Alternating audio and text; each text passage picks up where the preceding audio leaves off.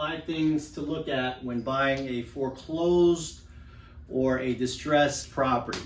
I'm going to run through these 5 things that I analyze with the mindset of thinking about the 3 strategies, okay? The 3 strategies as well is wholesaling, number 1. Number 2 is fix and flip strategy, right here. And number 3 is the buy and hold strategy. And I'm going to explain those while I'm analyzing whether or not to buy this property for me, or whether I'm going to wholesale it to someone else, or I'm going to use one of these 2 strategies here. You have to have a exit plan, or a plan with what you want to do when you're in real estate, okay? Getting right to it. Number 1, you want to run the numbers. The way I set this up is I have what's called the ARV, which stands for after repair value, okay? And the PP stands for purchase price, right? Minus the rehab costs.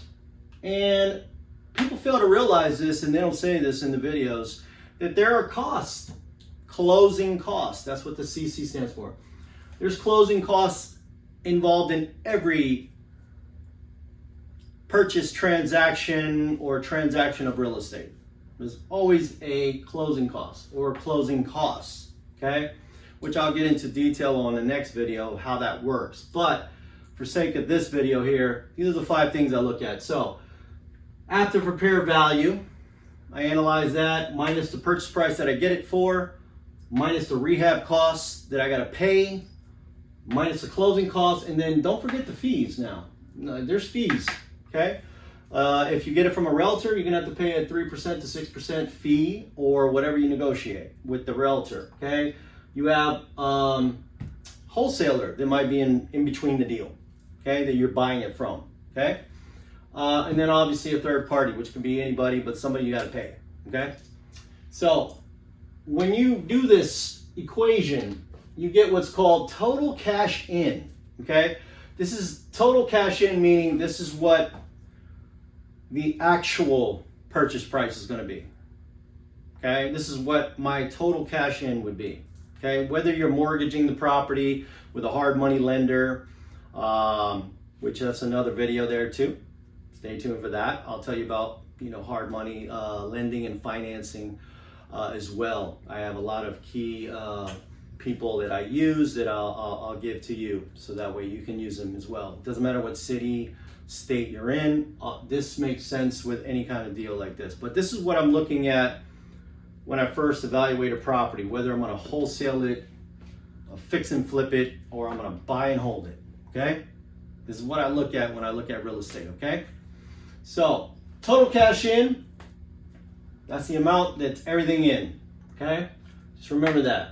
It's got to equal equity. Obviously, when you do your formulas, it's got to make sense, okay? And I touch on that in another video as well. But number 2, I got to inspect the property visually, okay? Now, if you're doing this virtually, that's another way to do it. I bought properties in different cities where I had, my friend or my realtor or somebody that I dealt with that I trust go around the property and do kind of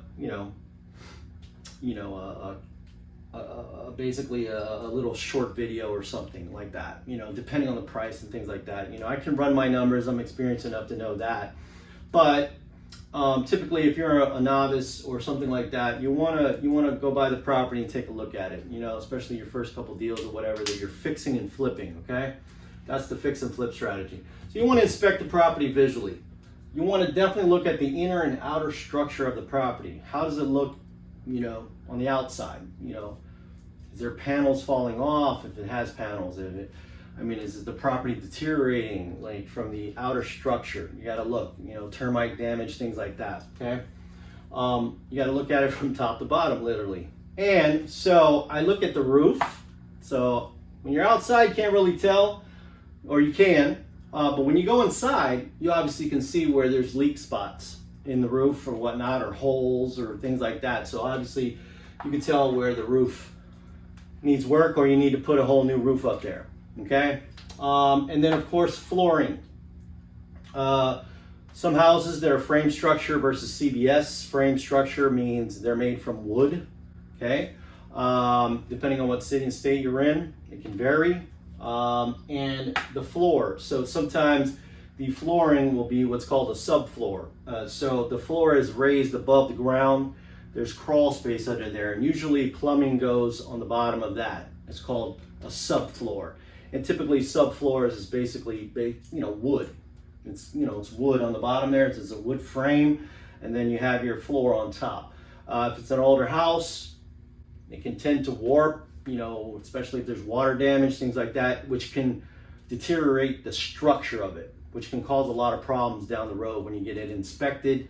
So you definitely want to take key notes on the roof and the flooring. Okay, that's when I walk in. That's first two things that I look at: the roof and the floor. Okay. Second thing, obviously, is the kitchen and bathrooms.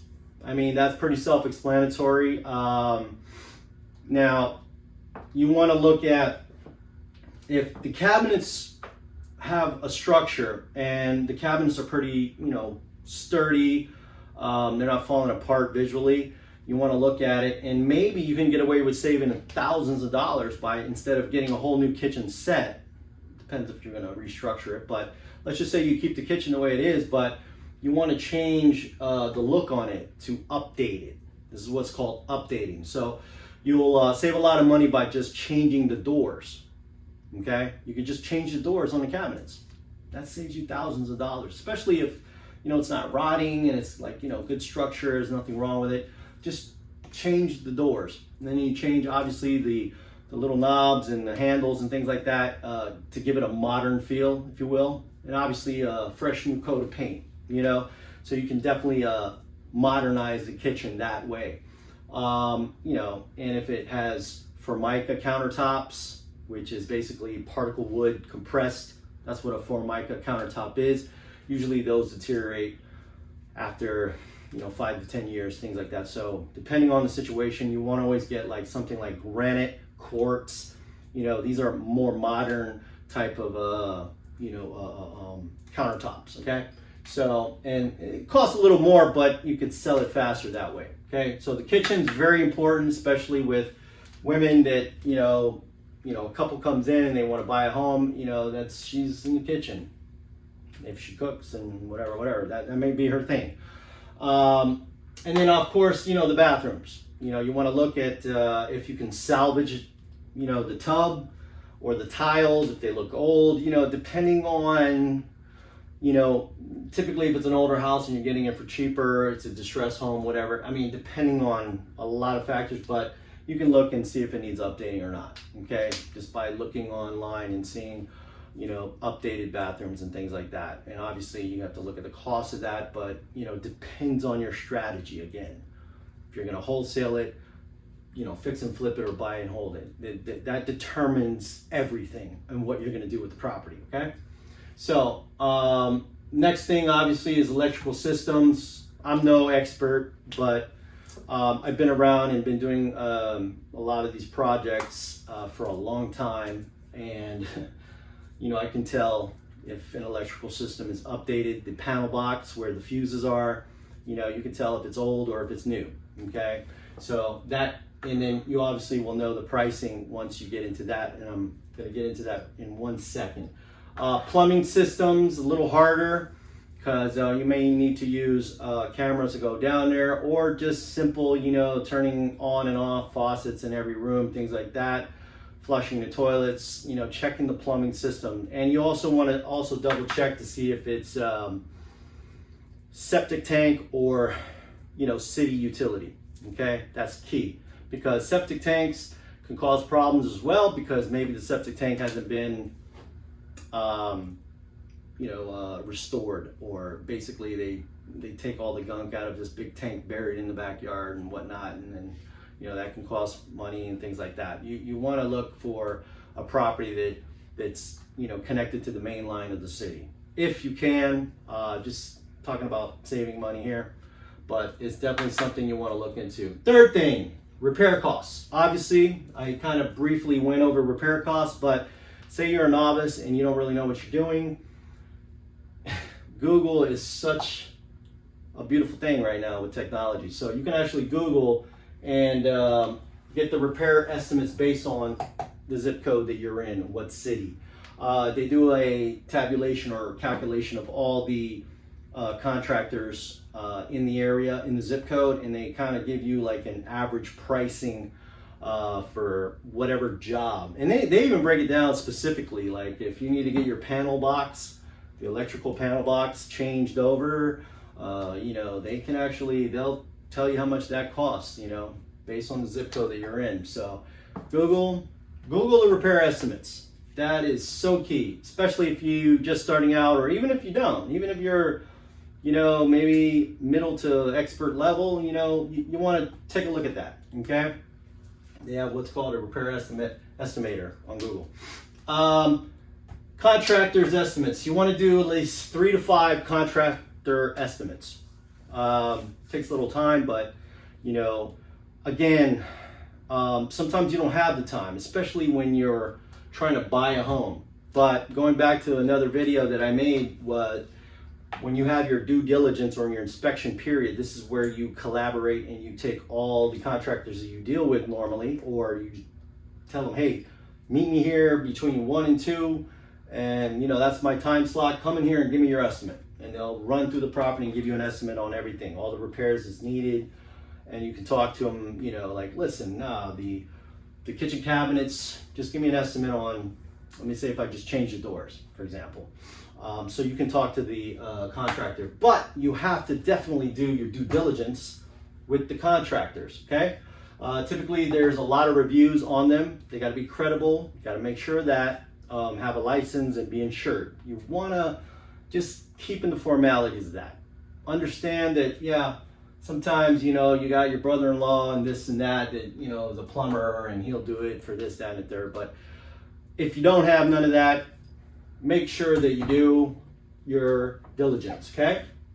Going on to step 4, what I look at is what's called the resale value. Like, okay, I looked at the property and you know what? I like it. I'm gonna go ahead and buy it and I'm gonna fix and flip it. That's the fix and flip strategy, okay? So what I'm gonna do is, obviously I'm gonna do these things here, where I'm gonna analyze the cost it's gonna take, okay? That's going back to the purchase price, rehab costs, closing costs, fees, and total cash in. I'm gonna analyze that cost, and I'm going to, very important, you need to know the time of completion for the repairs. When you're talking and before you hire a contractor, you need to know how fast they're gonna get this job done. Look at the reviews, okay? Because they're gonna tell you they'll do it in like, you know, 2 days, 5 days, 1 week, 2 weeks, whatever, okay? As you get more in depth in doing this, and this is what you're doing, you're gonna find out real quick like who you can trust and who you can't trust as far as contractors are concerned. That's a huge factor when you're looking at your margins on doing this kind of investment, okay? So you make sure you find out what the time of completion for the repairs are. Rule of thumb, you're doing a wholesale deal, 30 days, okay? 30 days. Or, you know, depending on the inspection period that you have to flip the property or whatnot, you know, that can vary as well. That actually can take less time. But you want a rule of thumb when you're fixing and flipping, that means you're buying it and then you're gonna go ahead and repair, do everything, and then you're gonna flip the property. You wanna make sure that you're in a window between 30 to 90 days. I don't care if it's a mansion, I don't care if it's a property in a low-income neighborhood, you wanna have a window of time. Okay, I can't stress that enough, because time equals your return on investment, okay? Whether you're putting up all the cash or you got a loan, either way, when you got a loan, you gotta pay every month, you gotta pay that loan. If it's a hard money loan, you're gonna pay it, 10% to 15% interest. So you're paying on money that you're not making, you're losing money when you're messing with time, okay? Can't stress that enough. What that happens is that gives you capital within a 90-day frame, okay? 90 days, you wanna be at a timeline with no more than 90 days. That means buying it, closing on it, and then fixing it, and then flipping it to another buyer. You want to be in a 90-day window, okay? That's what you call short term. You're just stacking your capital at that point. Fifth thing that I look at buy and hold strategy. Okay, I love this one. Okay, so I do all this. I run the numbers, I inspect the property, do the repair costs, see what the resale value is. I say, you know what, I'm going to keep this property because all these favor what I want, right? What I want to do is I want to look at the cost with the equity. That's my return on investment, which means positive cash flow every month. Okay, my return on investment is positive cash flow every month. I'm going to do another video on what, when you use hard money loans and things like that, how to analyze based on the interest rate and how long it takes. I'm going to do it, and I'm going to run the numbers and put the numbers right here so you can see that sometimes it may take 4 months to do, but if you got that positive cash flow, man, it's golden. That's what you want. It's called passive income. You make money while you sleep. Okay? So with this strategy, you got two different things that I do. One thing I look at is short-term rentals. That's like Airbnb. That means I'm renting it out for a week, a day, a month, a couple months. Short-term rentals, right? That makes the highest yield. Okay? Because obviously, depending on what city and state you're in, especially if you're in a tourist area. I live in Miami, so I look at this strategy, the buy and hold with the Airbnbs, okay? With that, you're gonna spend a little more money because you wanna make the property look enticing to others, okay? Just because you're in Miami, and you got a house, you wanna make it, somewhat nice to where somebody will go ahead and pay $300 to $500 to $600 to $800 a night to stay there. With a pool and things like that. So you got to run your numbers. But let me tell you, it's definitely a high ticket priced item when you do the numbers based on a year, an annual thing. Okay, so the last thing is obviously renting it, like typically leasing the property for a year, you rent the property out for a year. You want to look at the market rate annually. You can go online and look that up. Very easy. You don't need a realtor, but if you have one, it's great. But Google can actually tell you what the market rate for that square footage, that room, that bathroom, size of your home, and the zip code and area that it's in. It can give you an average market rate if you just rented it out to, Joe Schmo or whatnot. You know what I mean? Depending on where the property is these two can definitely vary. If I'm in a prominent area where more people like, very nice area, you're going to spend a little more money, but you're going to get a return on investment. It's going to be higher. That's good, because you're looking at your return on investment, right? So, but let's say you get a property that's maybe in a low income neighborhood or not such a great neighborhood or whatnot. You get a great deal. You just want to rent it out. You can look at, Section 8. It's a government program that, basically the government pays you directly into your bank account, gets wired into your account every month, whatever the rent is. Okay? You don't have to stress about person losing their job or things like that. It's called Section 8. Okay? And that's one of the programs that basically guarantees your money every month, without the hassle, so to speak. I mean, you're still going to incur maintenance costs for both avenues, regardless, but it just kind of gives you peace of mind when you know that every month, you got X amount of dollars just coming in, no problem, you're good to go. So, going back, 5 things that I look at when buying a foreclosed or distressed property. Run the numbers, inspect the property, repair costs, resale value, buy and hold. So out of these 5 things here, obviously there's a little more detail in each one, but just giving you these, this is how I look at a property, whether or not I'm going to wholesale it, fix and flip it, or I'm going to hold it and get passive income coming in, So I analyze these things. Now, stay tuned. I will definitely help you. I'm going to put out a course that breaks down running the numbers and pretty much all of these situations here. If whatever strategy you want to get into, you know, I'm going to have these courses, these ebooks, these workbooks that are going to be so detailed. It's going to help you out. That way it's like a step-by-step manual. Okay, so if you like the video, definitely hit that like button. Don't forget to subscribe, smash that subscribe button, and hope this helps.